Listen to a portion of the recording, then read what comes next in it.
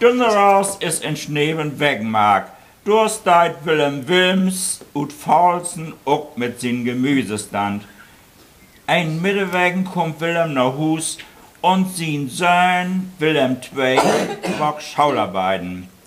Du besüt hei, dat die jung Taschenrechner um Tisch liegen het. Wat is dat denn, Frau Willem? Tja, dat is ein Taschenrechner. Ja, und was macht man damit? Die Lütsche Willem wies nu den großen Willem, was so ein Ding funktionieren deit. Willem ist begeistert. So wat muss ich auch auf mein Gemüsestand haben. Damit ist doch ein ganz viel Zeit gewonnen und ich kann mich auch mal verpusten. Dann raus morgens, befördert auf den Markt losgeht, kauft Willem sich einen Taschenrechner. Die Geschäfte lobt so recht und schlecht. Und so klock da kommt eine Frau und will einen Steckräuben köben.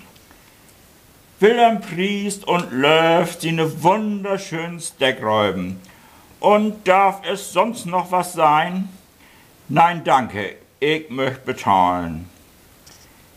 Willem tilt seinen Taschenrechner extra betten in der Höhe, da die Lü auch sagt, dass er ein Computerfachmann ist.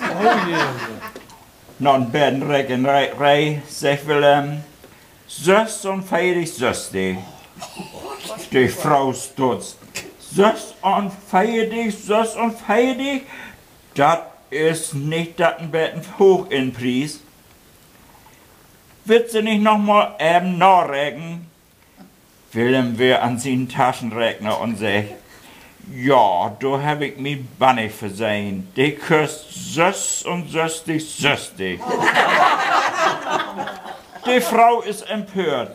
So ein dürres Steckräuben. Wer sei, was sie mir damit könnt, die könnt sie sich in Moor stecken. Willem kriegt ganz betrübbelt und sagt, das geht leider nicht. Da hab ich also seit Halftime 2 Salatgurken in.